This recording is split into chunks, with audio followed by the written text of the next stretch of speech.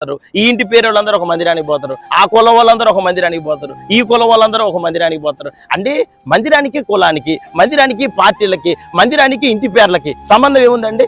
మందిరం మానుకున్నావు, అందరూ కలిసి ఒక వ్యక్తి మందిరాన్ని మానుకొని వాడంతట వాడిగా వెళ్ళిపోతే ఆ కుటుంబీకులు, ఆ రక్త సంబంధులు వాళ్ళందరూ వీళ్ళని బట్టి వీళ్ళు కూడా మందిరానికి రాకుండా అయిపోతారండి. ఎందుకని? వాళ్ళు మా వాళ్ళండి, మా వాళ్ళు మందిరానికి రావట్లేదండి, అందుకోసం మేము కూడా రాం. ఇదేం వైఖరండి?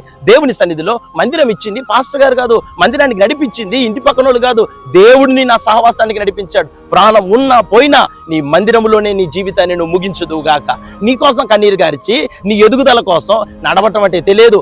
పాకాడే నిన్ను, డోగాడే నిన్ను, అంబాడే నిన్ను, అసలు నిలబట్టం చేతగా నిన్ను. ఒక ఉద్యోగం వచ్చిందంటే నీ సేవకుని ప్రార్థన, 4 మెతుకులు ఒక ముద్ద అన్నం తినగలుగుతున్నావు అంటే అది నీ సేవకుని ప్రార్థన.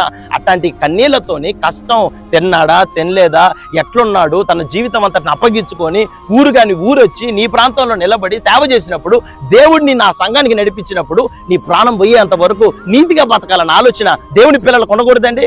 ఒక వ్యక్తిని పెళ్లి చేసుకున్న తర్వాత తాగుబోతోడు కావచ్చు, నల్లగా ఉండొచ్చు, పొట్టిగా ఉండొచ్చు, సత్య వరకు వాడితో సంసారం చేయటం నీతి అంటారు. మరి ఆత్మీయ జీవితంలో నీతి ఏంటండి? ఆ వాక్యం బాగలేదు, మా దగ్గర మా పాస్టర్ గారికి సరిగ్గా వాక్యం చెప్పడం రావట్లేదు. ఒక మాట మీ అందరికీ జాగ్రత్త వినడానికి ప్రయత్నం చేయండి. ఆయన గనక దేవుడు ఎన్నుకోకపోతే నిన్ను ఆ వ్యక్తి దగ్గరికి దేవుడు నడిపించడు, అక్కడ నీ జీవితాన్ని మార్చడు. ఒకవేళ నువ్వు పోయినా నీ పరిస్థితులు అక్కడ మారవు. ఏం మారలేదండి, నా రోగం రోగంగానే ఉంది, నా పరిస్థితులుగానే మిగిలిపోయాయి అని నువ్వు చెప్పాలా. కానీ నువ్వేమని సాక్ష్యం చెప్పిన ఆదివారం నిలబడి మా అయ్యగారి ప్రార్థన బట్టి, అమ్మగారి ప్రార్థన బట్టి, సంఘ ప్రార్థన బట్టి దేవుడు మా కుటుంబాన్ని ఆశీర్వదించాడు, దేవుడు నాకు ఒక ఉద్యోగాన్ని ఇచ్చాడు, దేవుడు నా వివాహ విషయంలో తోడుగా ఉన్నాడు, నేను ఒక దినాన్ని చచ్చిపోదాం అనుకున్నాను, ఈ రోజున బతికేం చేస్తున్నావు? పాస్టర్లను చంపుతున్నావా? సంఘాలు మారుతున్నావా? నీకు ఇష్టమైన మార్గంలో నడిపించబడుతున్నావా? ఒకటి గుర్తుపెట్టుకోండి, సంఘం అనేది రాజకీయ పార్టీ కాదు.